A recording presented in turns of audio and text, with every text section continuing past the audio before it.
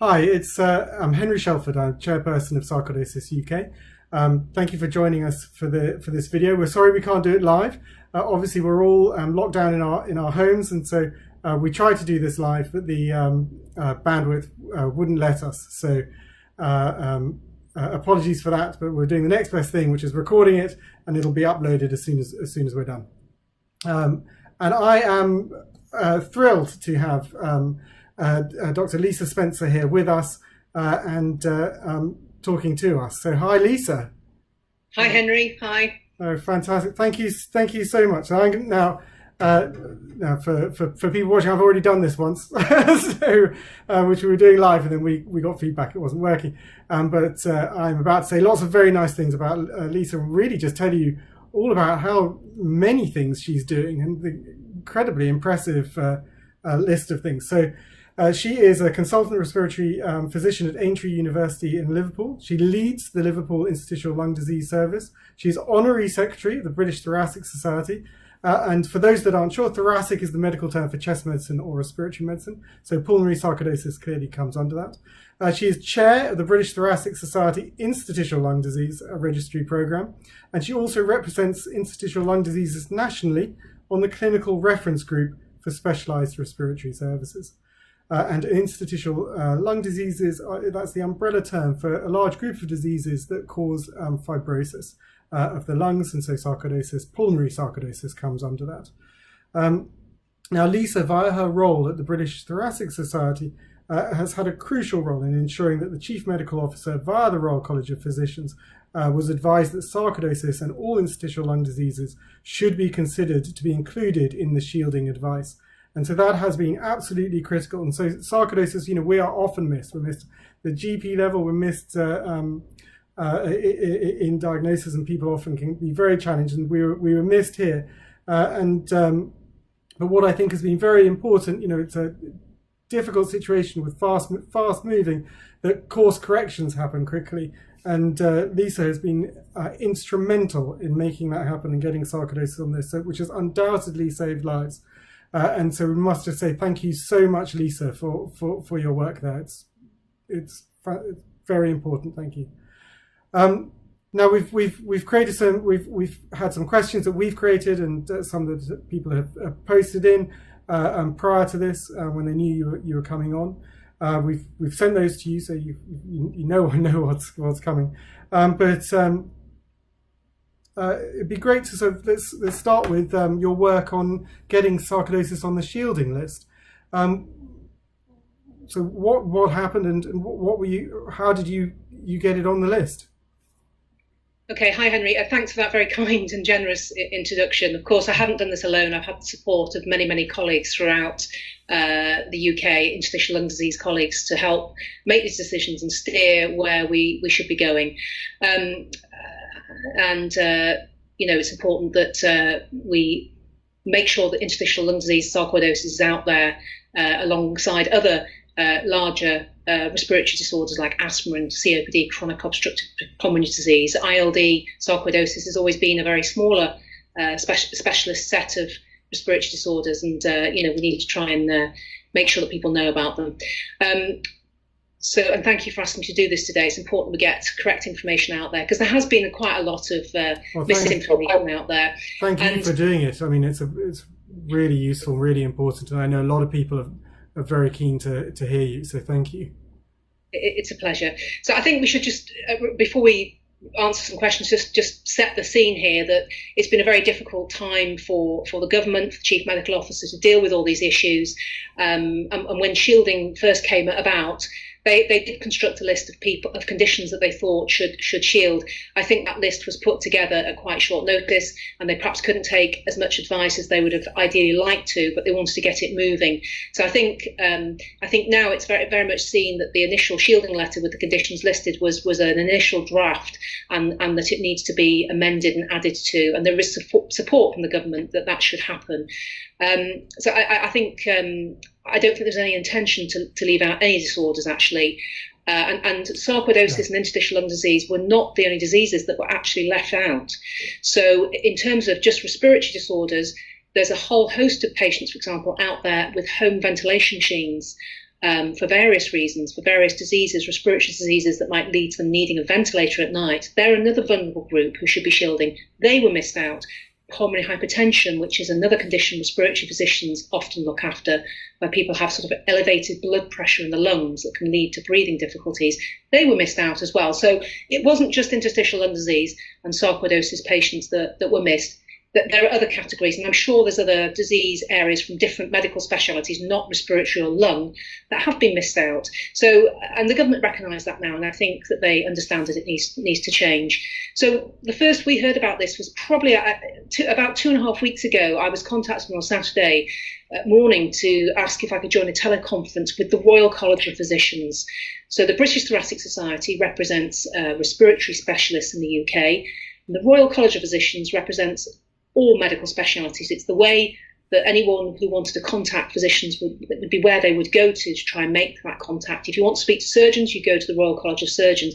And under that one roof, they bring all the different medical specialities together. So the BTS works very closely with the Royal College of Physicians, has a long established relationship with them.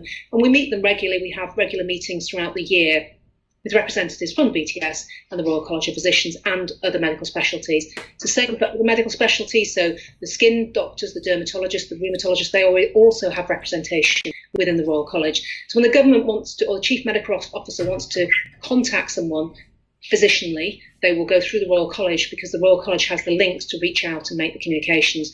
So we were joined, asked to join a teleconference, not just respiratory people, some of the other specialities as well, rheumatologists and other specialists, to try and help the government contact some of the patients on their list of conditions that should be shielding that the government had not yet been able to contact. So I think when the government started out on this, they constructed the list. Now, this list that I'm talking about, this is the list on the shielding letter that some patients may already have received, but it's widely available on the internet, actually. It's certainly on the BTS, the British Thoracic Society website, and I know you've got links from your website, Henry, to ours over certain matters. So this is the letter, and it outlines about 6 different groups of patients, solid organ transplants, patients with cancer, patients on immunosuppression, and other disease groups. It outlines different groups that it wanted to advise to shield.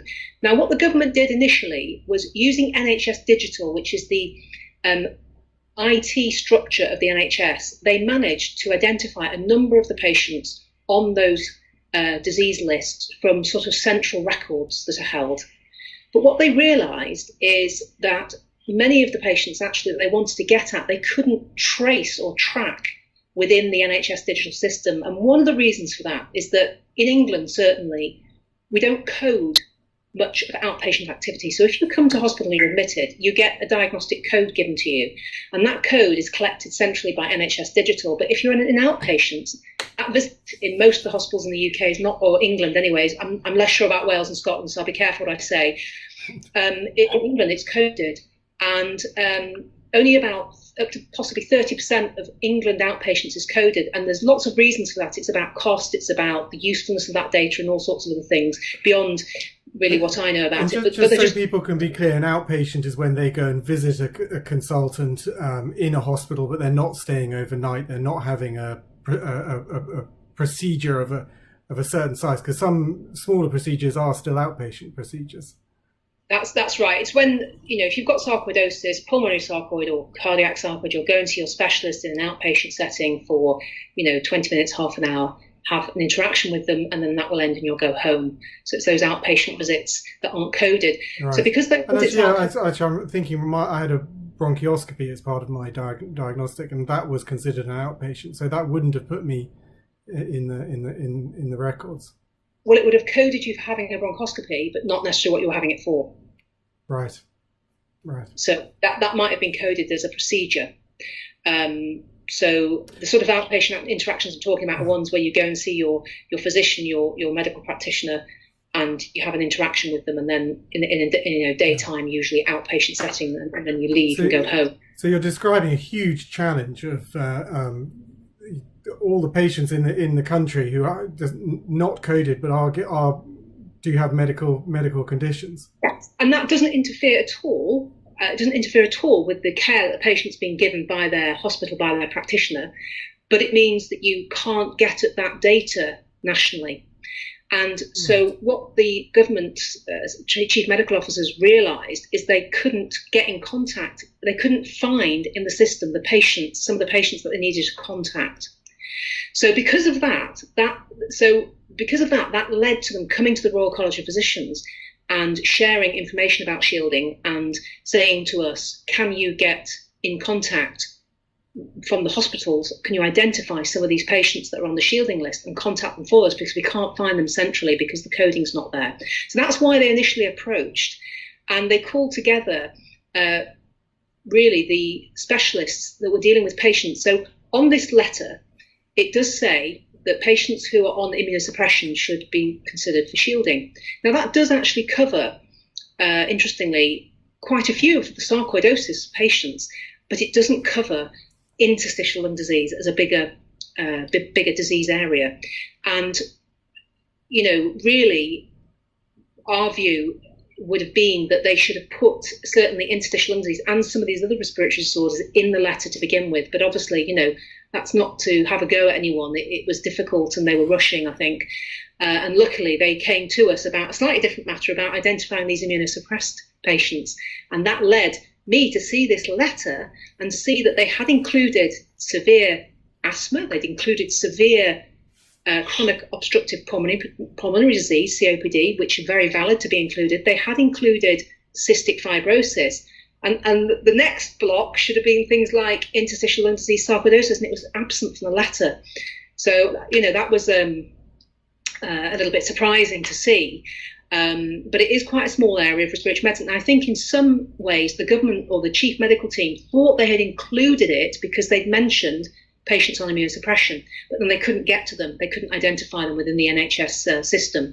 So they came to us as specialists, and there's a lot of other patients who take immunosuppression, rheumatology patients for joints or skin doctors give a lot of immunosuppression for skin complaints. And we've seen some of the advice given there where the College of Rheumatology is a bit more nuanced, where it's saying only above a certain level of steroids that people should be shielded. Yeah, and actually, Henry, you touch on a really important point that I was going to come to, and the reason I'm mentioning it about what was happening in other specialities is because what we were asked to do initially was to make a risk grid, whereby you described what treatments patients might be receiving within your specialist field, and you tried to apportion a risk to them being on certain medications or having certain disease types, for example. Right. And so the ILD community, I have a lot of colleagues that I can call on for advice throughout England. We had a lot of email correspondence over the end of that weekend, because I tried to construct a grid for interstitial lung disease and sarcoidosis, and I put something out to my colleagues. And as we started to get feedback and talk about it, broadly the grid was okay in terms of putting a risk for the drug that the patient was on, but that wasn't difficult. And that is pretty much all the other specialities have had to do. So in rheumatoid, they say if you're on this type of drug, you're moderate or you're severe or whatever. And we can do that for interstitial lung disease, sarcoidosis. What we can't do is, what's more delicate and difficult to do is, our patients, a lot of them, by virtue of the fact that their respiratory diseases, also have another factor to add in, which is, how bad is your respiratory disease? So if you're on immunosuppression, obviously if there's a bug going round, you're going to be more vulnerable perhaps to getting it in a more severe way, because your immune system is sort of locked down a little bit by your treatment. I find that for myself, I'm in remission, but I think damage in my lungs means that whenever there's a cough or a cold or something, then I'll always get it for longer and worse. Exactly, because you may have a little bit of, I don't know the details of your condition, Henry, but it may be you've got a little bit of underlying lung scarring or damage or fibrosis, and that has left you with slightly subnormal lungs. So when you get a condition as well, if you've got low lung function, poor lung function, for example. I'm not saying you have, of course, but if you did. Right. I was being amused by being called subnormal. Well, okay, be careful what words we use. So if you have not completely normal, big, bellows of lungs, if you get then an infection, even if it only affects you a small bit, if you've got poor lungs to begin with, you're going to become compromised in terms of your oxygen requirements much faster, and because you're immunosuppressed, you're then going to be able to respond less. So the whole package means that you might have essentially you might be expected quite fairly to have a worse outcome than somebody who was not on immunosuppression, someone who had good lungs, who might cope better with whatever was thrown at them. And a part of the idea of shielding is to shield the NHS from those kind of additional pressures. Well, the other thing is to shield the patients from getting exposed to the virus, because clearly protecting people. Yeah. So actually, what we want to do is, we want to try and protect those who we think might not fare as well. Right, so we've re-established the connection, and to pick up where we left off, we were talking about the two different kinds of shielding for the individual and for the NHS, and I'll go back to Lisa to pick up on that. Hi, Henry. Thanks for reconnecting us there. Yeah, we were just talking about the concept that technological challenges. Sorry? Technological challenges that we've been having with this. On the plus side, I think we've got a much better video connection with you now, so I think that's positive. I've got a face for radio, you see. I've crashed it, as you can see me. Okay, so yeah, we obviously we wish those patients who we feel may not have the best outcome from having the virus, we want to protect them against getting it at the beginning. And of course, if they don't get it, then they won't indeed have to present to the NHS. And they would be patients who might not do as well. So they would be in hospital for longer as well, and their outcomes. But it's more about prevention is better than trying to cure. So that was the concept about the shielding. Now, I can't quite remember where we'd got through in the story, but so you're okay. I think we started to talk about. So how did you were asked for your advice on the letter, realised that interstitial lung disease and sarcoidosis weren't there. You'd created a grid of which was supposed to be based on the drug use, but that didn't work for sarcoidosis due to the complexity of the disease. And I think then you were going to tell us what your approach had then been. Thank you. The brilliant summary, Henry. Thank you very much. Got me back on track. So yeah, so we did this grid, and then we realised that you then had to add in the patient's lung function, and that's information that we have about the sort of patients, patients with sarcoidosis, or if they've got pulmonary form anyway, and interstitial lung disease, we do have lung function on them, but that would have to be added into the grid. So we can construct this very complex grid, but then we were told that thanks very much, this might be the grid that you would use. Now, what we would like you to do is go through all your patient clinics, find the patients, assess their risk against your grid, and write a letter to them. And we want you to do it yesterday. So when we spoke to Rabina, that's what she was doing. She said the hospital she personally had 600 patients that she was going through and writing letters to. But in my service, we have 2,700 to send out. Wow. So, and also, so that's the big ILD centres, specialist centres will have those, varying from sort of 500-600 up to possibly more than that. The Brompton, the biggest ILD centre, sarcoidosis centre in the UK, was anticipating it was going to need to send out something like 5,400 letters. Now, this request was made of us at a time when our respiratory departments have been decimated by the COVID patients starting to come in. So respiratory doctors took the care of these patients onto their wards first, unless they needed to go directly to intensive care and be put to sleep and be ventilated. So respiratory medicine was mobilised early to deal with this, because what we're dealing here is a viral pneumonia, and the doctors that look after pneumonia are respiratory physicians. Obviously, patients get very sick and they have to use invasive ventilation, where we put an endotracheal tube in, put you to sleep, put you on a ventilator. Those doctors are involved too, but the majority of the patients are under respiratory physicians, and now, because the numbers are getting bigger, other medical specialities are having to help, and some of them require support and input from respiratory where needed. It depends on their level of expertise. So we were already, particularly in London, where the virus hit in large numbers first, we're a bit behind London up here. Well, I'm in the north, of course, Liverpool, and we are several weeks behind where London are. They have had much, and they had much higher numbers, obviously, because of the population, but we are behind. We're a couple of weeks behind the peak compared to London. So already in a lot of the London hospitals and surrounding areas, all the respiratory services were drained. Staff and specialist nurses were being taken to cover wards and cover intensive care. Nice. And all the doctors were being mobilised to the wards, all outpatient clinics cancelled. So we realised who was going to be able to look through all the patients and identify those at risk quickly. This is the key. And we realised that we just could not do it in the time frame that was required.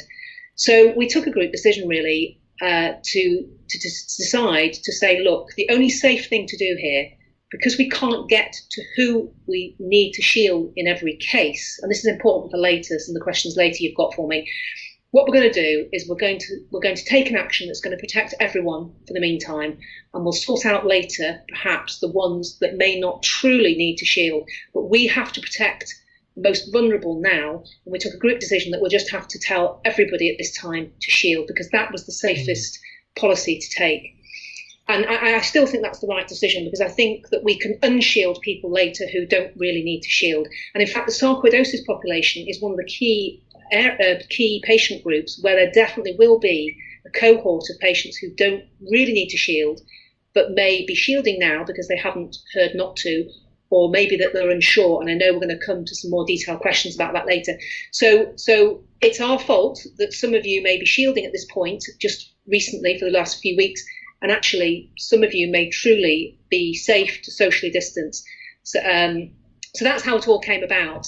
And then what we've tried to do is get the message out there that lung doctors need to contact their patients and send these letters out. And the process was not clear at the beginning. So we were told initially just to send these letters out to patients, and some centres have got them out.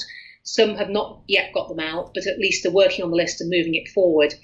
And now in a lot of the hospitals around England, there has been identified an IT person who we can now send a list of our patients to that IT person, and they will try and centrally send out a signal through NHS Digital to GP practices to put people on the register.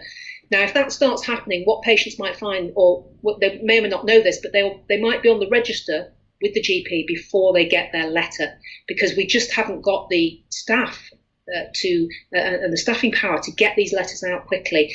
So at the moment, everyone's shielding unless they've been told differently by a specialist, but some, particularly in sarcoidosis populations, will not truly need to shield. And who do you think are going to be on that?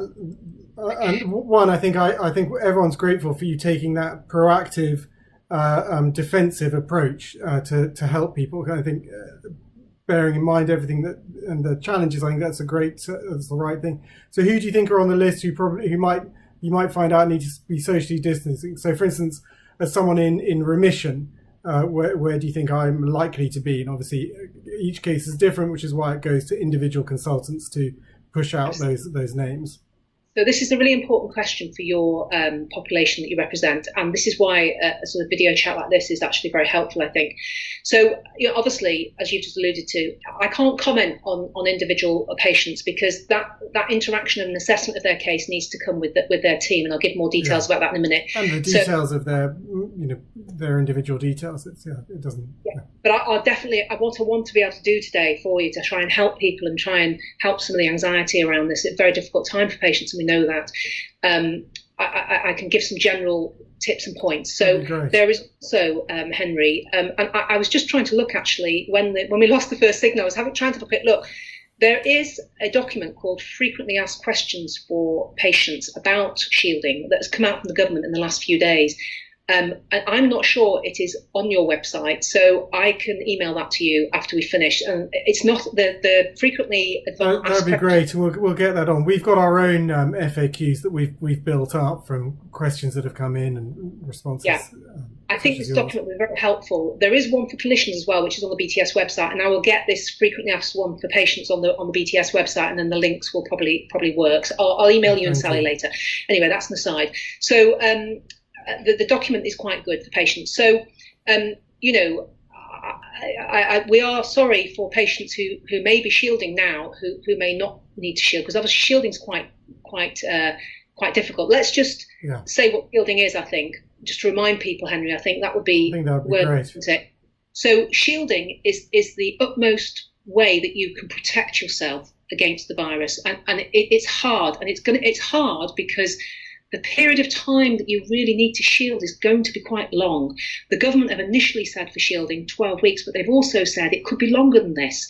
And we know already, we were told by the government, the social distancing measures were going to be for 3 weeks, and now it's quite clear it's going to be a lot longer. So this is a long time for people to shield. And obviously, if you are doing shielding, which I'll describe in more detail in a second, if you are doing it, it can have a massive impact on your mental health, your well-being, your fitness, we're humans and we like to interact with humans. So shielding doesn't come without cost. So if you need to do it, you need to do it.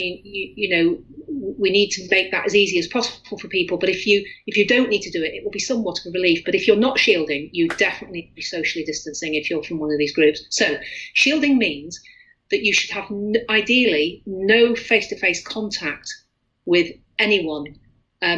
If you live on your own, that's not perhaps too difficult to achieve. If you need to not be going out to the shops, you need to not be going to the pharmacy. Someone would need to bring stuff to your home. We had someone ask. They said like their husband is isolating. Can they be in the same room? What would your answer be to that? So if you're on your own, it's slightly easier. If you live with someone or live with many other people, it's more difficult. So you need to be not going out and having contact. If you've got someone living at home with you, like a husband or whatever, what you need to do as a couple is you need to socially distance at home, which is quite hard.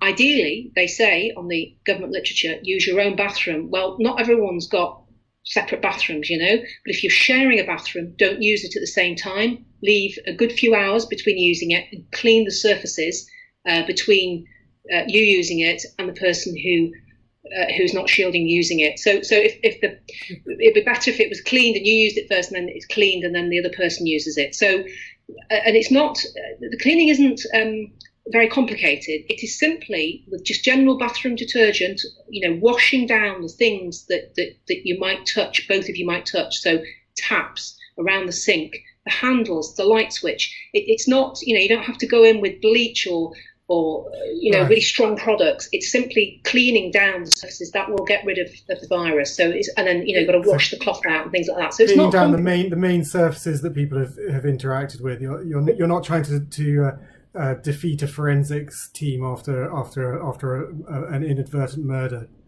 No, we're not CSI. Nothing complex, but you do need to clean those surfaces which you both might contact. The point being that and then also you need to ventilate the room in between uses. So from what we think at the moment, and this may change, but the advice at the moment is there's only really two ways you contract the virus. One is through droplets, aerosols, so coughing, sneezing, talking. People sometimes create an aerosol or spit when they're talking. So that's why we say keep away from each other. 2 meters is supposed to be the sort of distance that you're looking at. So that's one way of getting it through. And I think there's a lot of people talking about the 2 meters and that it should be 8 meters. And I think that there's a big difference, isn't there, between a normal interaction and someone literally coughing at you, which I think it's probably worth trying to just give people a bit of comfort around that the 2 meters is effective for normal interaction. It is. I mean, with other viruses, I think there is some other work that says that some of the droplets could go further. But the point is, the further you are away, the less droplets go that far, if they indeed go that far. And so you're going to get less viral load and presumably less chance of infection. And also, it's got to get in somehow. So, it's not just about being close. It's got to be really around your face. It needs to go in through your mucous membranes, eyes, through the nose or the mouth. So that's one way you get it, and the other way you get it is by touch. So we know the virus can survive. Nobody really knows how long, but for a period of time on hard surfaces. So that's why you're asked to clean the surfaces, because the other thing you can do, you touch a tap, and I've already touched my face loads. I know it's all made. I think you heard me giggle slightly. It was because as soon as you said, you mustn't touch, it was like quick, and then you touch your nose. No one can resist. It's too difficult. As soon as you think about it, it's like, oh, I've got an itch. Absolutely, and I am guilty as charged, a face toucher. So because I wear glasses, I just do touch my face a lot. So I'm virus-free at the moment, so that's okay. And I haven't touched anything else. And that's actually one of the big reasons why washing the hands, right? Because then then your hands are no longer this medium for, once they're clean, for transferring the virus to you. So if you touch your face, the risk is then much lower. Yeah, absolutely. If you've just washed or gelled your hands, at that point, before you touch anything else, they are presumably clean, and then it's safe to touch your face. But then as soon as you touch something that could have been infected, and then you touch, and it goes on the skin, it can't get in unless you've got a cut or something, I guess, but it goes on the skin. Of course, say it hits you here, well, then we sort of go on and things like that. So you're soon spreading it around, and it's getting into your mouth, and obviously on food, on your hands. So if you're living with someone, clean the surfaces between you, ventilate the room. So if there are any particles, they've gone. Wait a little bit of time, a couple of hours. If there's any particles, it's more likely to have gone. Ventilate the room, clean the surfaces down, and that should help reduce the chance of transference. And the other thing is, and again, this is difficult, it depends what sort of accommodation you're in. So, if you're in a one-bedroom flat with a lounge and a one-bedroom, because they say try and sleep separately if you can, and they say try not to stay in the same room. But if you're in a one-bedroom flat, that's difficult. I mean, it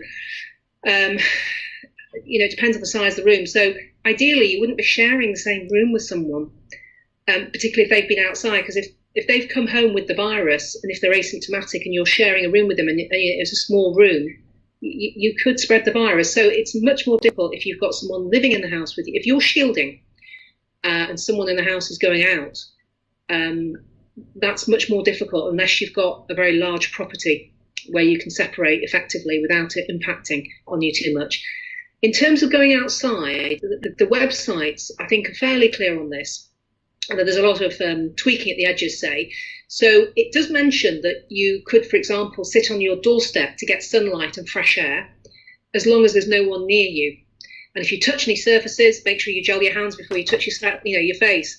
And it does talk about sitting in a window, getting some light. And it does mention if you've got a garden, particularly if you've got some sort of garden that is your own space and isn't shared by others, even if it's a small garden or a yard, if that's your own space and no one else is going to come into it, or the person that you're living with can stay, a good few meters away from you, you can go outside into your own space. If you've got a shared garden, then you can go out as long as you stay away from other people and you don't touch surfaces that others might have touched. And if you do, that you've gelled or washed your hands beforehand. So, and I think for some people, shielding and not going out at all, just staying in the house, particularly if you haven't got a garden or some space outdoor, will be very hard for this length of time, 12 weeks or so.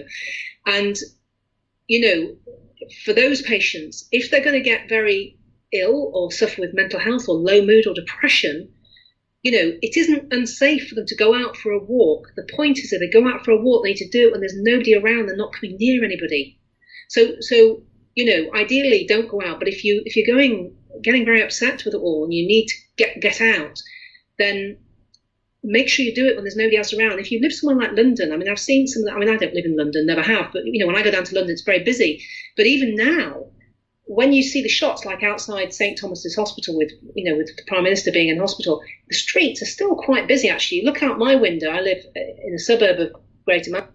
So we've got our connection back and restarting, but picking up on talking about if you are self-isolating, and want to go out, talk about the difference between going out in say, a suburban area or the countryside or London. Yeah, so we're talking about shielding, and technically, the advice would be not to go off your own property, okay? Because if you don't go off your own property, you shouldn't be meeting anyone.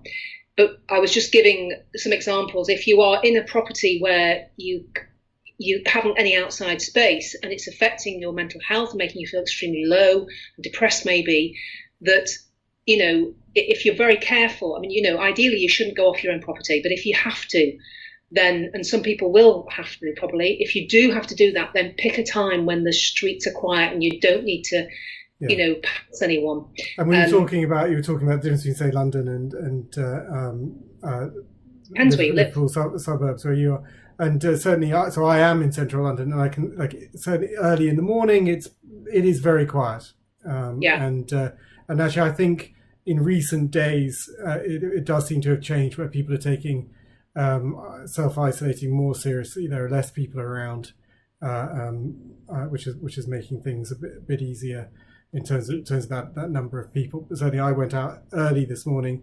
Two young children who they do need to do some walking. They're pretty young, and so there are very, very few people around.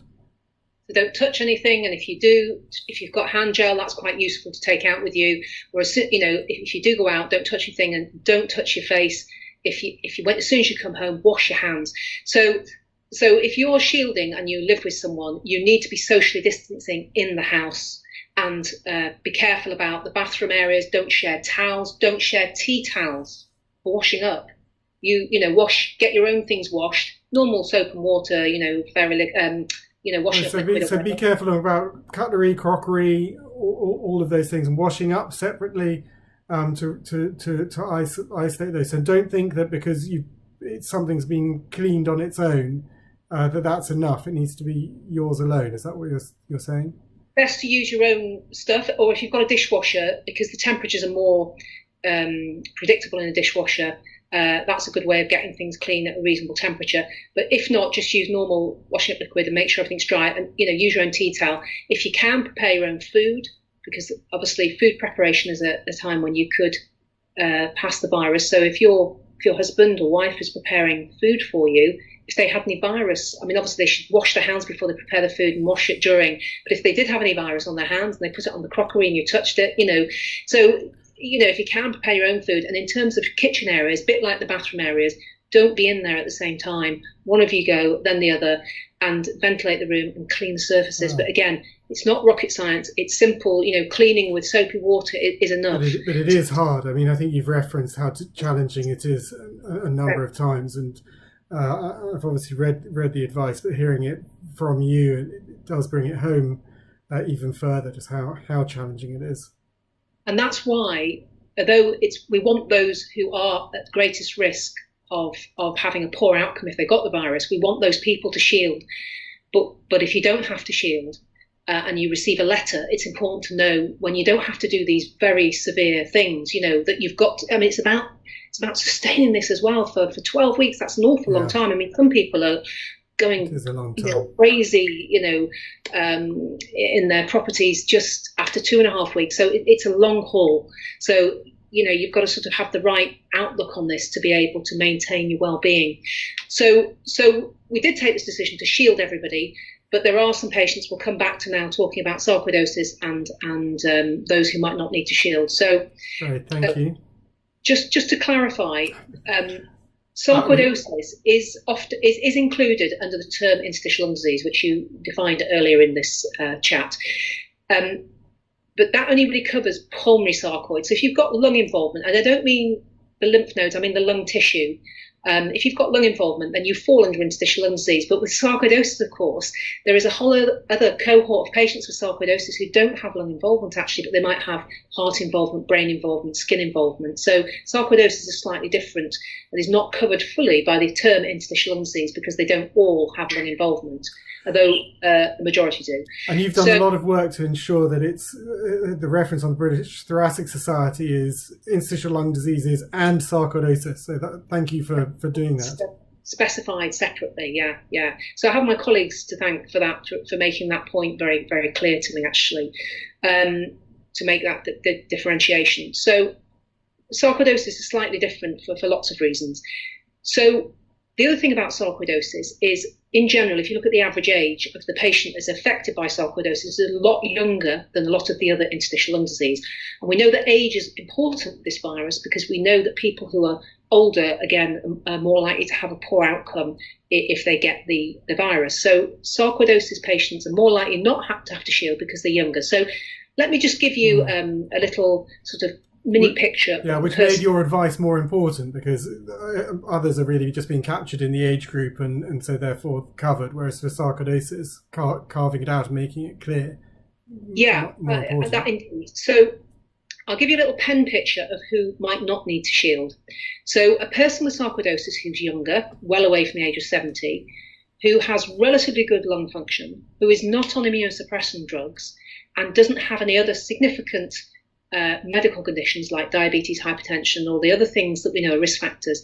If you haven't got any of those things, and you've got sarcoid, good lung function, no drugs, you probably do not need to shield. In fairness, you would be deemed maybe low or moderate risk of having a bad outcome, and you probably don't need to shield, but you must still, like everyone else, socially distance, because we want to stop the spread of the virus. So you do need to undergo social distancing, but you can, for example, it's not unsafe for a patient like that to go to the supermarket with caution, with washing hands and being careful about the face, to get food at the supermarket or to get drugs from the pharmacy, whereas the shielding patient would want those things delivered, or a partner get them in for them and then socially distance at home. So that's a sort of pen picture of a relatively well patient who does not really fit the criteria of the highest risk. If you're on a single agent, so that sort of patient will be sort of low risk actually, because they're not on drugs and they've got good lung function. If you are on a single drug for your sarcoidosis, for example, methotrexate, you will know these drugs if you're on them, mycophenolate, highish doses of steroids, maybe infliximab. If you're on some of those types of drugs, just one of those drugs, you are probably moderate risk as long as you've got good lung function, you're not too old, and you haven't got all these other significant medical conditions. If you're on one of those drugs, though, and you've got very poor lung function, then you go into a higher band. And this is the complexity and why really individual patients will probably need to take advice from their GP or their specialist centre. Yeah. If they do get a shielding letter and they think either, of course, this is advice, it's not being enforced. If a patient gets a shielding letter and they think they don't need to shield. And most are going to need to rely on their GP because of the pressure on respiratory consultants, right? Yes, so it depends a bit. So I think a lot of the specialist centres, the bigger centres that deal with interstitial lung disease and sarcoid around the country, there's about 23 of those in England. Most of those, I hope, are managing to keep a helpline open with a specialist nurse taking calls. Now, there will be a delay in getting back to you. There may be an answer machine and the response won't be as quick as normal because obviously a lot of the staff have been pulled because these are nurses and some of them have been pulled to work on the wards because we're short-staffed, people are off sick, and the numbers of patients are large. So we've rediverted services. But certainly at my centre in Liverpool, I have insisted, for example, within my trust, and they've supported me in this, that we keep one nurse looking after the phone lines and trying to deal with patient queries, because there's a lot of anxiety out there, so it's a bit slower than we would normally like to respond. Able to do that. Yeah, I mean, a lot of the centres have done the same where they can, and I think in most places there will be some sort of response. If that's not an option, there's obviously ringing the GP. Now the GPs, they're very good, the GPs generally, but some can be more helpful or not, knowing depending on what they know about your condition and where it sits. And the message about interstitial lung disease, sarcoidosis for shielding is only just starting to get out to the GP. A couple of weeks ago, the GPs were saying we know nothing about it, which was true because the messages are coming down from the central office, relatively slowly. And how do they get to know? That was one of our questions actually. How do the GPs learn that sarcoidosis is on the list? Because we've got people going to their GP, that they're taking, say, prednisolone, and saying, look, I've been told I need to shield. SarcoidosisUK have been telling, the British Thoracic Society have been telling me, but you're saying no. So what should those people be doing?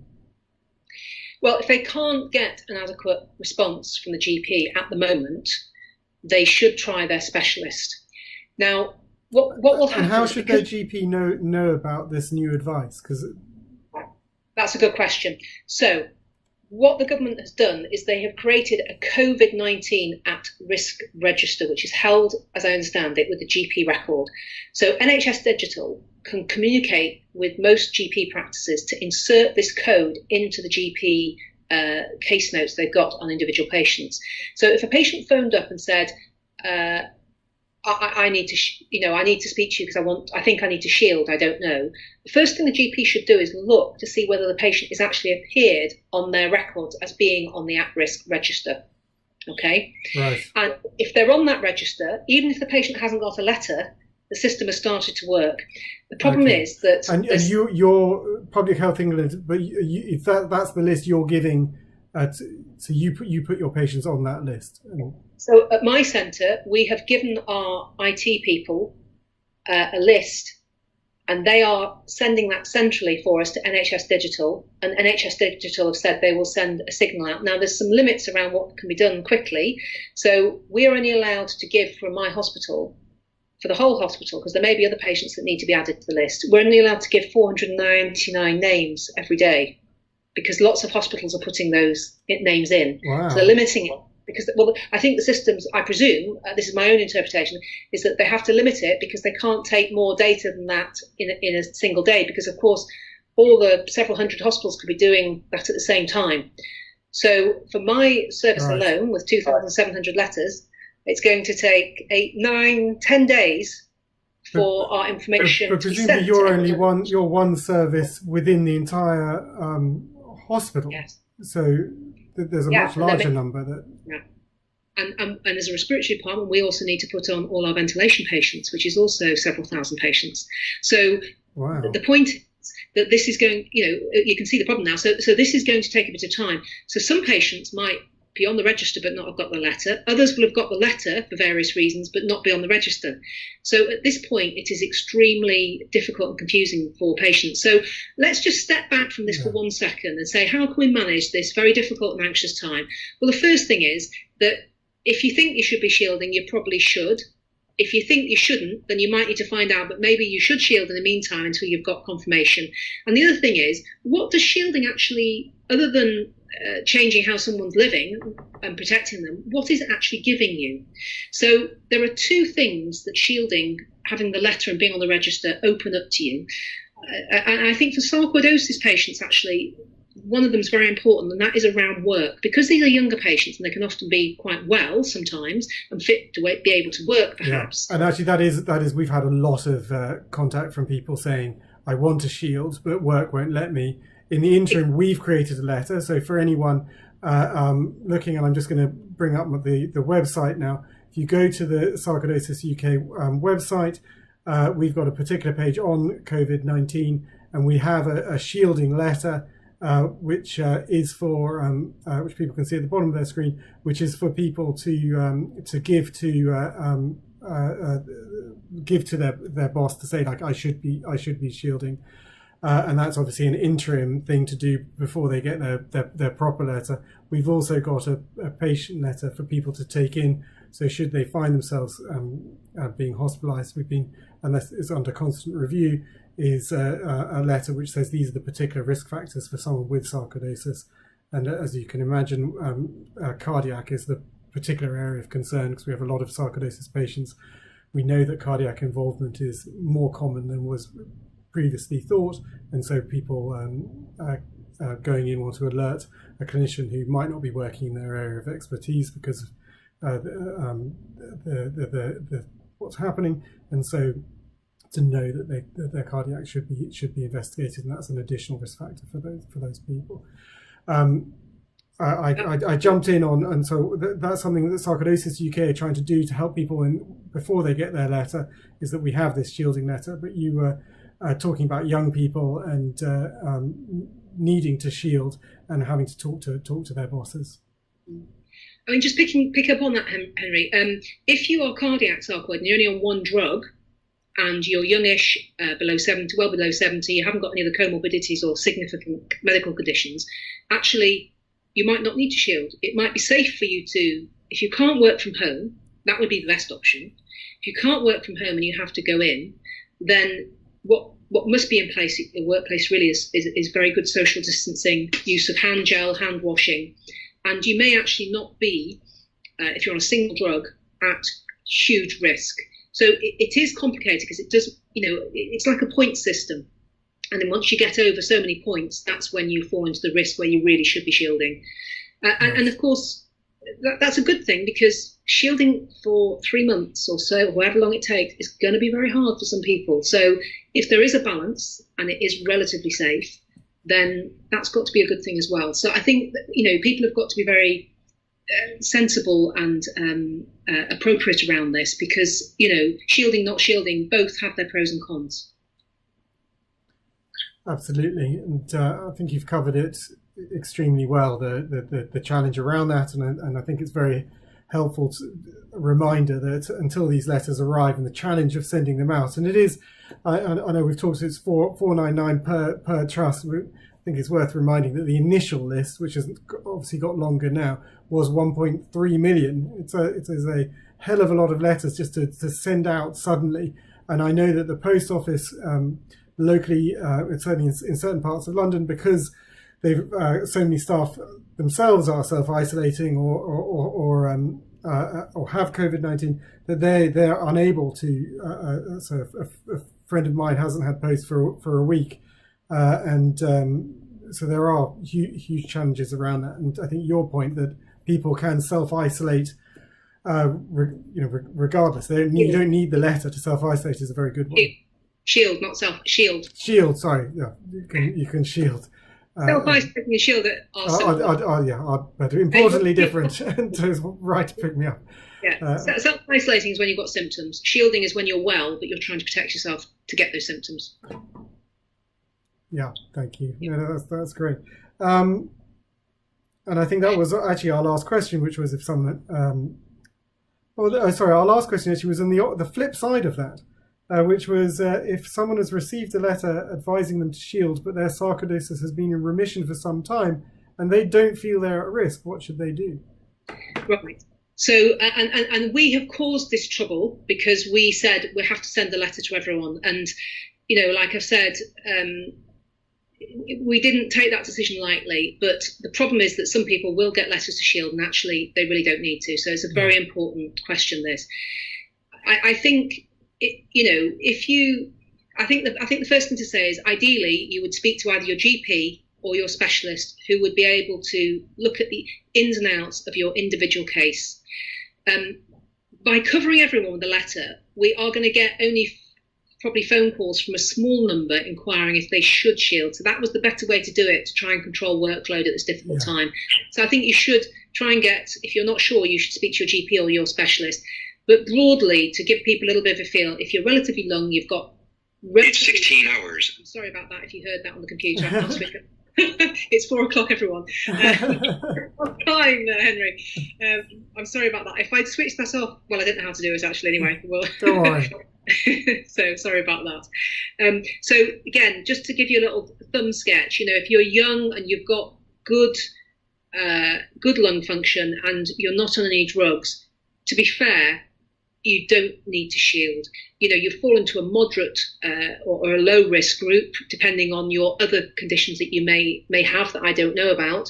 So you could be a low or moderate. You could be in a high risk group if you have a lot of significant comorbidities, and your risks may not come from your sarcoidosis. You might have other medical conditions that put you into the high risk group. So. Right.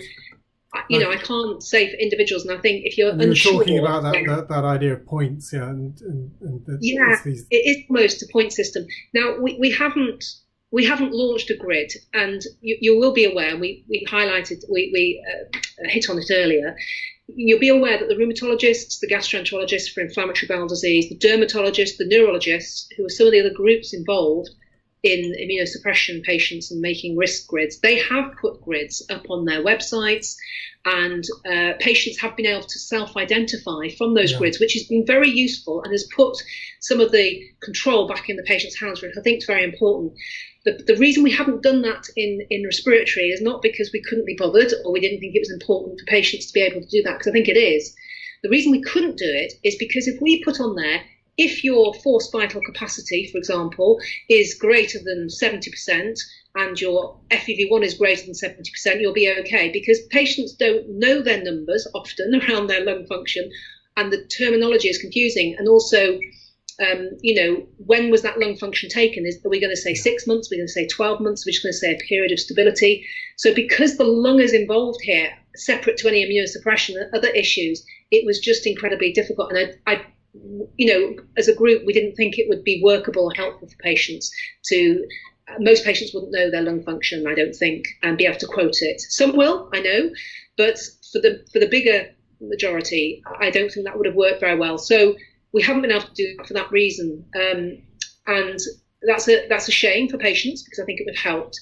But I think, as the days go on, the weeks go on, if we get the message out, there's been good linking between SarcoidosisUK and the British Thoracic Society, and also it's linked to the Royal College.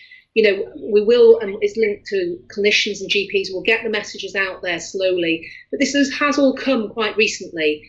The problem was that the first tranche of letters, the government initially thought that there'd be 1.5 million who would need to shield. I think it's becoming apparent now that number is much larger.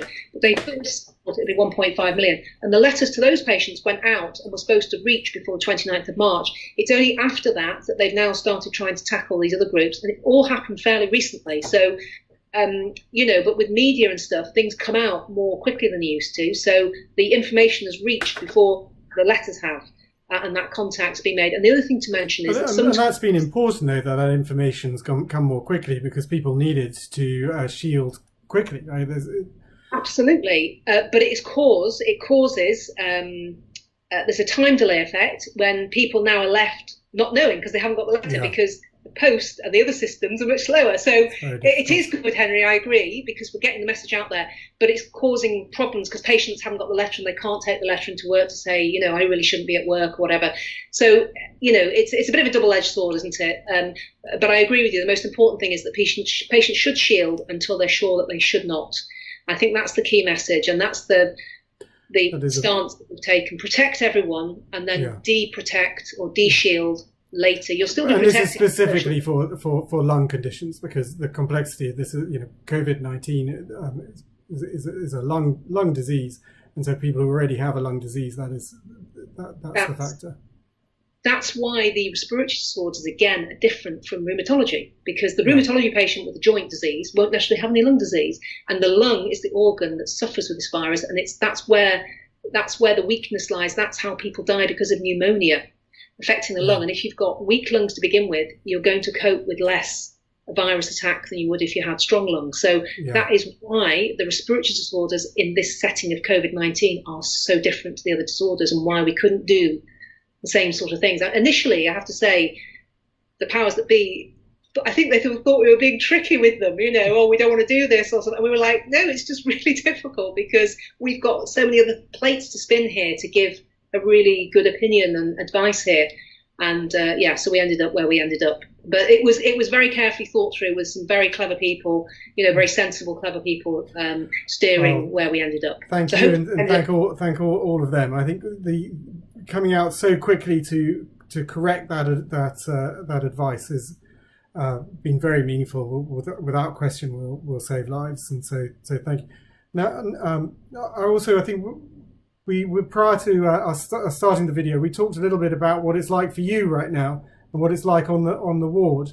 It'd be great to talk through what your hospital has done to prepare for COVID-19, how it's coping right now.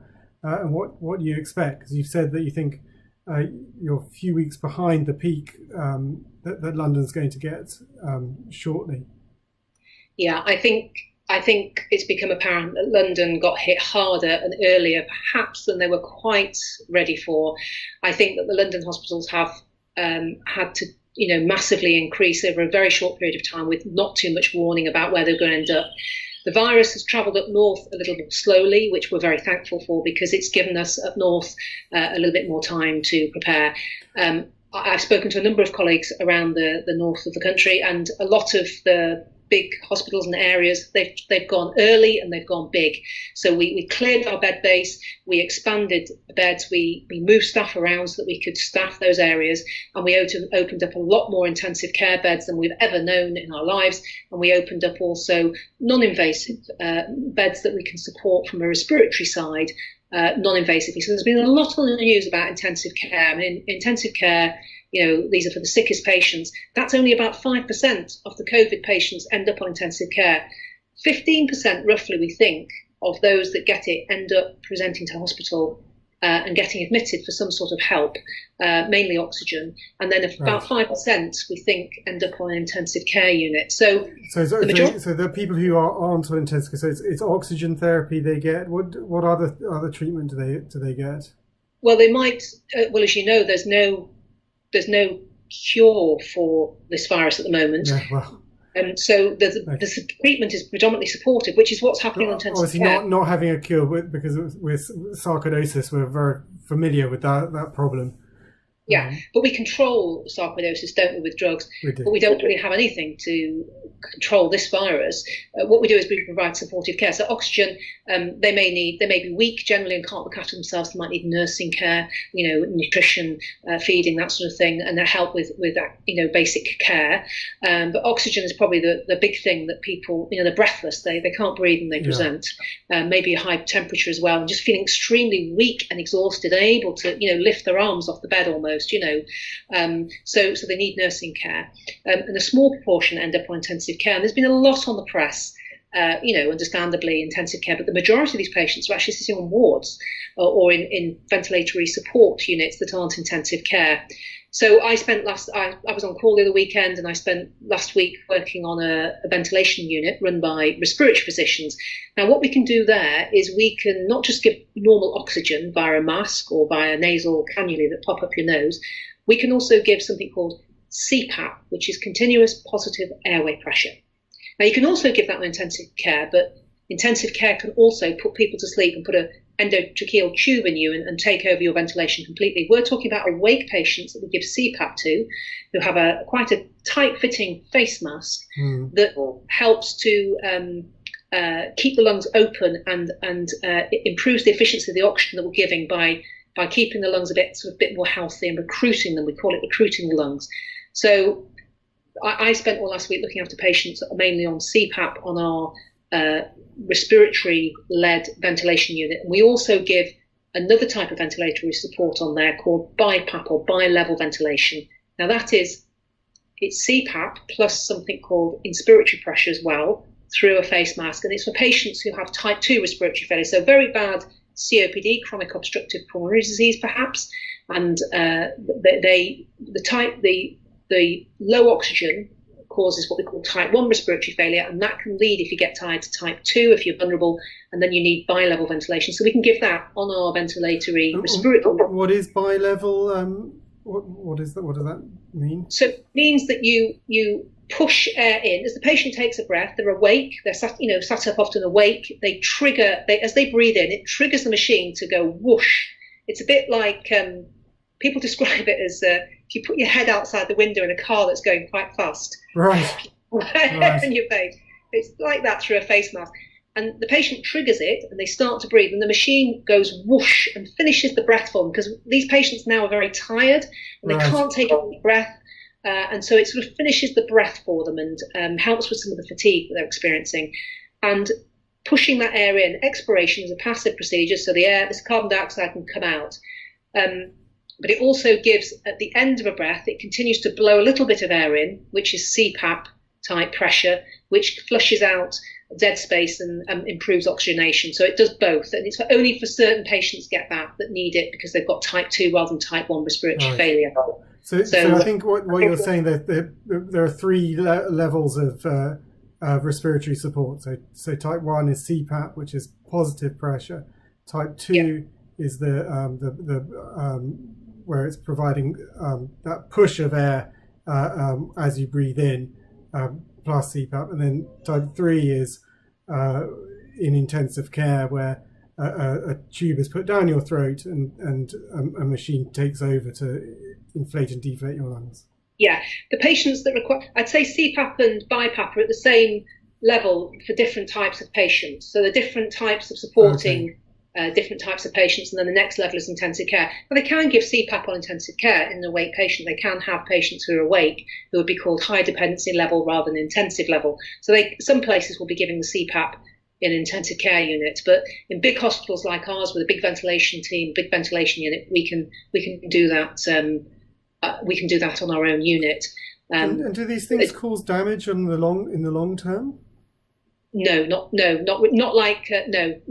the same way that when you're asleep. But clearly, the priority is to live, right? It's survival is the goal. But then afterwards, assuming everything works out. Yeah. So if you're asleep on intensive care and you're on a ventilator and your lungs get very stiff and difficult to inflate, as you can see in some conditions, that is when you can get barotrauma or trauma from the pressures from the ventilator. Now, the type of ventilation that we give, non-invasive, through these face masks, the pressures aren't as high and they've got to be tolerable by the patient. So we use some of these ventilators, the bi-level ones, we give to patients long-term to use at home if they've got very chronic, severe respiratory disease and they're in trouble all the time with their breathing. We can keep them well by ventilating them just overnight at home. So the sort of damage that you're talking about doesn't really happen with the sort of machines. It's got to be tolerable by the patient. Whereas when the patient's asleep, they don't know, they can't feel what's going on. So you can end up with very high pressures that they wouldn't be able to tolerate if they're awake. And then you can, because of the condition they've got, sometimes you can end up with damage, partly because the lungs are just so, to keep the patient alive, you have to give high pressures sometimes. Yeah. So, no, there's not really any long-term damage from these types of ventilators that we use within respiratory medicine. No, not really at all. And then how, you talked before about how many beds you've converted over and how many COVID-19 patients you've been seeing. You able to talk a bit about that? Yeah, so in Liverpool, there's two big hospitals, one in the city and then the one that I work in, which is north of the city, near Aintree Racecourse. And so just on my site alone, I haven't seen the figures for today, but I think yesterday we had something like 260 patients or something with COVID disease in the hospital. And they are the majority of the patients that are in now, and they're the majority of the patients that are in intensive care. So they've just sort of taken over the hospital, really. I think this is important for people to hear, because I think some people still have this, don't recognise how serious it is. So to hear that the majority of your hospital is now dedicated to people with COVID-19 should bring it home, whereas it would normally be full of other, dealing with other diseases, gives an idea of the challenge. Yeah, I make no bones about this. This is not a nice disease to have, and it is seeing away people. So, if there's one message that I get across to your listeners today, Henry, it is stay at home, socially distance, do what you're being told to do, because I tell you now, you do not want this virus unless, you don't want it by choice. Because the problem is, although a significant number of patients will only have mild symptoms and be okay, if you're not one of those patients or people, and you don't know that before you get it, if you're not one of those people, you don't know how you're going to respond to it. And if you go into hospital with this virus, some people will not come out alive, and we can't predetermine who's going to do well. And I think there's a bit of conception, in fairness, because of the information that came out from Italy and China, initially was that this was, seeing away the lives of older people who were quite ill. Actually, young people are getting this as well. I mean, of varying ages. But, you only have to look. Our Prime Minister, who is only in his 50s, and I don't think anyone knows for sure, but I don't think he's got any big health problems. He has been really ill with this virus and was on the edge of, being very sick with it. I mean, it sounds thankfully like he's pulling through for the news. Who knows? But, it's not about being fit and strong. That doesn't necessarily protect you. Yes, you're better off in that group, clearly, but you must have seen some of the news images and the YouTube and things. There's various stories of young people dying with this condition. So, and being in a better group, I think the other part of that message is it doesn't give you the right to be careless with other people's lives. Absolutely, you're spreading it around. I've seen people around in young groups who they don't seem to.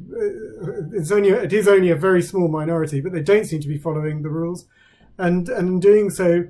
Yeah, fine, they feel they're not at so much risk, but they're putting other people at risk, which is not, they should not be careless to do that. Yeah, it's very difficult for some of the young people, we know that, but if they've got parents, grandparents, they should be thinking of them, because they're the very people that they're going to potentially put at risk. So, it's so important, and it's going to get harder and harder as the weeks go on here to follow the advice, and the weather's going to get better, and people need to get more and more bored and stir crazy. But it's going to help. It's going to make a difference. And in fact, we think we're seeing that now. So up in the north, in my area, we were expecting the peak of the virus to hit us between the 11th and 18th of April. And actually, already we've had to readjust those figures. We think the peak now is going to be with us up here in the beginning of June now. And the reason the peak has dropped is because we think it's to do with social distancing. So we think that we're probably seeing some signs that it might be working. And then if you've adjusted your math, so now thinking it's in June, does that mean you also think it's going to be lower? Well, if it goes on for longer, the total numbers may be similar, but the peak won't be as high at any one point. Yeah. So, if we're going to flatten the curve, as they talk about... Yeah, that's what I meant, the flattening of the curve, so that the actual peak is lower. Obviously, the total number affected remains the same. Yeah. And of course, that was one of the aims of the government. I think they're working well with what they've put in place to achieve that, because there's certainly, we're feeling, if the peak for us is looking like it's coming later, maybe things are working. I mean, obviously we'll know when the assessment's done with the government and everything, but it's hopeful, and certainly our peak's being pushed back. So London are in a much worse situation than further north. Birmingham, I don't know, somewhere in between maybe, I don't know. I know that's the situation. But obviously I am in London. And, well, you've had most of the cases down there, as you know. Most of the patients that are in intensive care are down there. But it's coming up north, and of course that's given us, it's a blessing for us up north. I'm sorry for what's happened to London teams, and some of my colleagues down there have had a difficult few weeks, but it's been fortunate for us because we've had more time to prepare, and we were ready, and we have space still, and we have beds, and we have ventilators, so that means we can deliver the best care we can deliver. We haven't got to start rationing care, which is what we didn't want to have to do. So it is as it is. The spread will spread, but if we can deal with it and be able to offer maximum treatment where appropriate, then that's got to be a better outcome than having to ration care, which we didn't want to do. And how about so you're back on the wards tomorrow? Is that right? I've been given a few days off because our peak has dropped back. Those of us that had leave that was initially cancelled, we've been given a few days off because they're going to need us to work very hard later on. So I'm back on the wards myself now on Monday. Back on the wards on Monday. Oh, and just to mention, just again, a bit of a little bit of light at the end of the tunnel. There are some really well prepared clinical trials that are going on now, where we're looking at trying different forms of treatment in a clinical trial setting for patients that are happy to go into the studies. That's been a national drive on that, and many centres are involved in the clinical trials.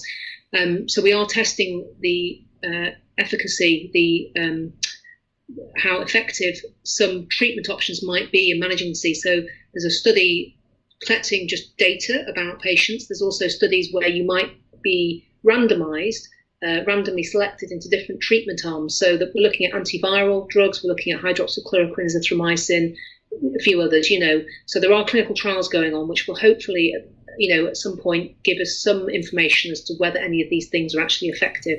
And these are randomized control trials, so it's the best way to look at something, to have a control group and have a group that have actually had the medication. So, there's that on the horizon. And that's an important point about the fact that we can, if we're delaying the peak, we're delaying the number of people getting affected, that we have time to do those trials and learn more and learn treatment options.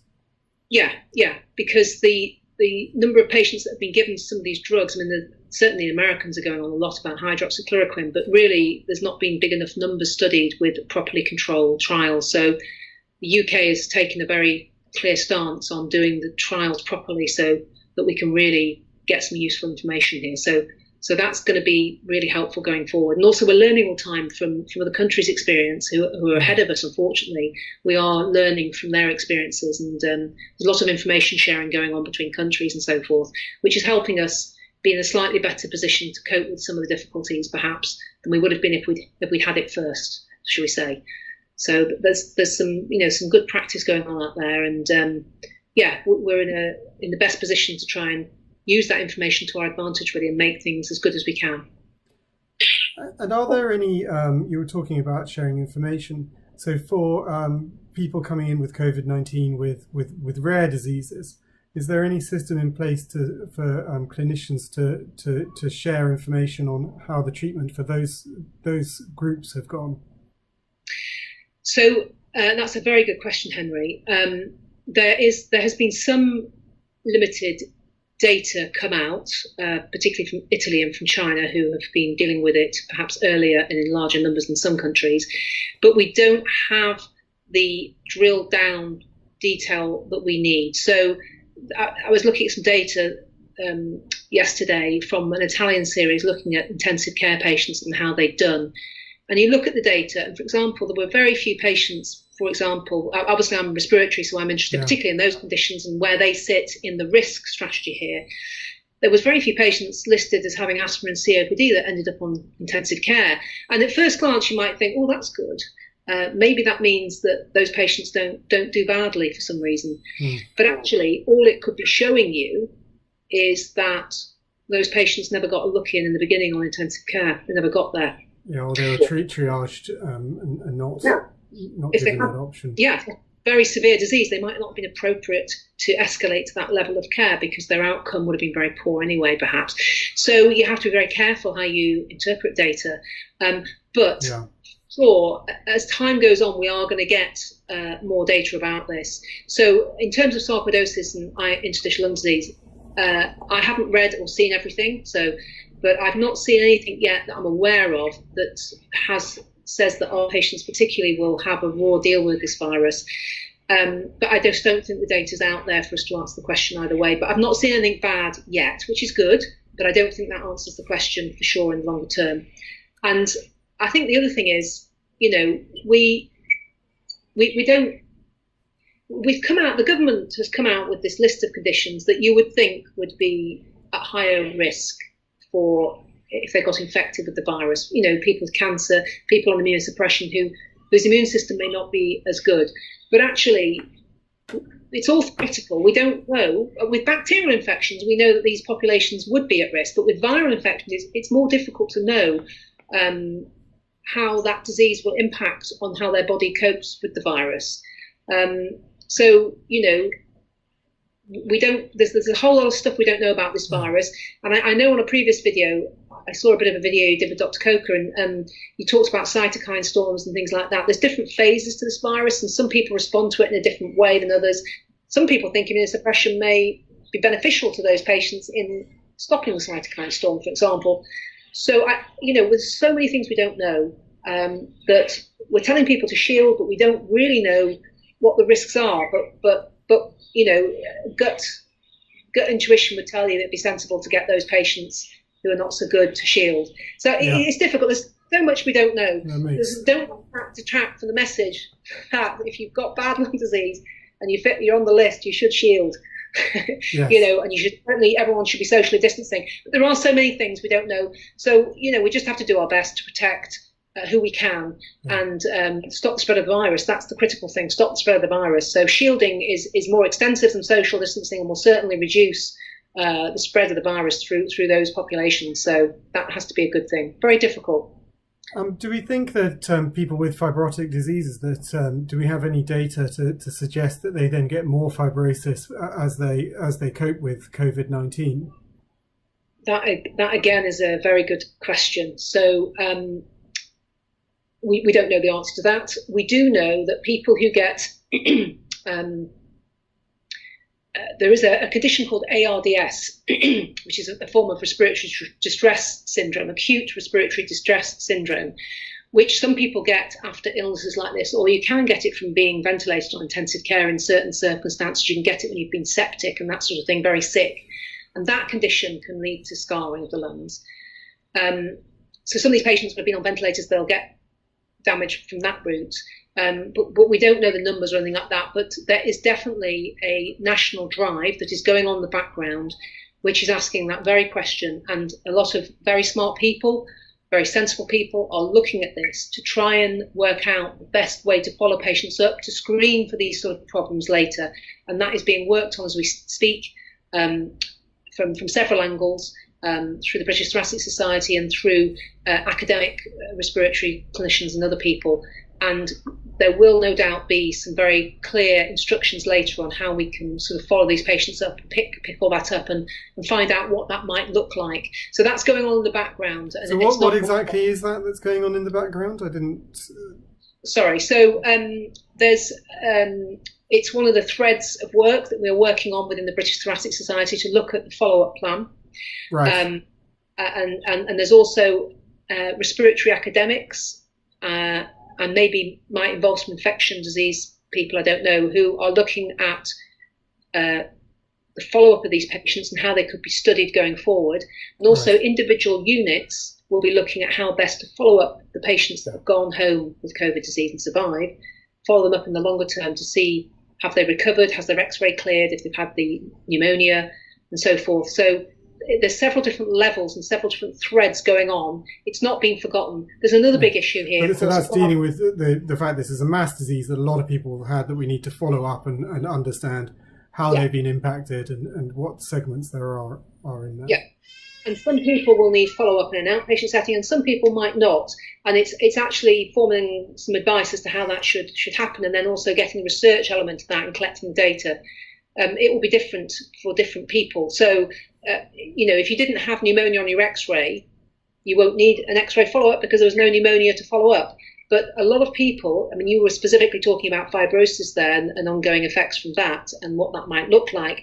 There's also another side to this. Patients who come out of intensive care and patients who have had an illness like this and been disabled and not able to move around much, weak for a number of weeks, particularly the elderly, will have lost muscle mass, need some conditioning, rehabilitation, and there's a whole, stack of stuff around that will need sorting out. And obviously from intensive care, people can suffer trauma and sort of post-traumatic stress disorder and have there's a whole load of issues that this will throw up that will need tackling once we've moved away from the acute infection time. Yeah. So that's not being missed by those that are out there. There's lots of different threads going on, and it's being addressed in the background at the moment slowly, along with trying to deal with the acute impact of the pandemic as well. Yeah, clearly the primary focus is saving people now, and but it's there in the group of things that we're working on, and there's several threads of that through different organisations. So it's not being forgotten at all.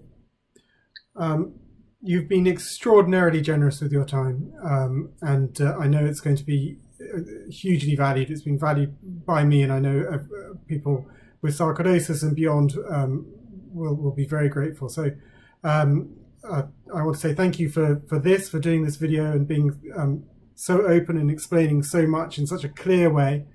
And I want to say thank you for what you're doing and going onto the wards and being on the front line and helping everyone. So thank you very, very much. Well, thanks, Henry. It's very generous. I'm just doing my job, really. It's difficult sometimes, our job, but your support and thanks is very appreciated, because obviously it's a difficult time for everyone. A lot of staff are frightened as well. But thank you very much. And the support that the NHS has had has been amazing. I've never known anything like it. And that's really, really helped, I think. So that's been great. Thank you for that. And thank you for inviting me, as I said. It's good. I hope it's helped on the patients and explained why there feels like there's delays in the system. It's not intentional. People are doing things as quickly as possible. And hopefully some of the things that we've addressed will help patients feel a little bit less anxious at this time. And hopefully it's helped. Thanks for asking me. Well, thank you for all your work, for your particularly obviously your work in getting sarcoidosis on the list with the British Thoracic Society. That has just been fantastic. So I think we'll say goodbye to you now, and with our absolute grateful thanks. Thank you very much indeed. And I'll say goodbye to our audience watching. I'm sorry we couldn't do it live. We obviously wanted to, but the technology didn't, the connection didn't allow, so we've recorded it instead. It's now been uploaded. We have to do a shout out for the charity. Obviously, this is a very difficult time for us in terms of fundraising. Lots of events which would normally be the things that give us the money that allows us to work throughout the year would be happening now. Then they obviously aren't. So if you feel that you can donate, we'd be incredibly grateful, particularly if you can do a monthly donation to help us through this period. That would be would be particularly good, but whatever you can do. We're obviously here to help. If you've got any, if there's anything we can do for you, please get in touch. All our contact details are on the website. We're all working from home, but we are all working to help. Where our contacts, we are a little bit slower because I think we're up 300 and something% in terms of how many people are getting in contact this time last year. So we are doing all we can. We try and put everything up on the FAQ to provide you with information that we're putting in, and doing these kind of videos to provide more detailed information. And obviously very grateful again to Lisa for doing this today. Thank you very much. Thank you for watching. Thank you for your support. Thank you again to Lisa, and thank you everyone.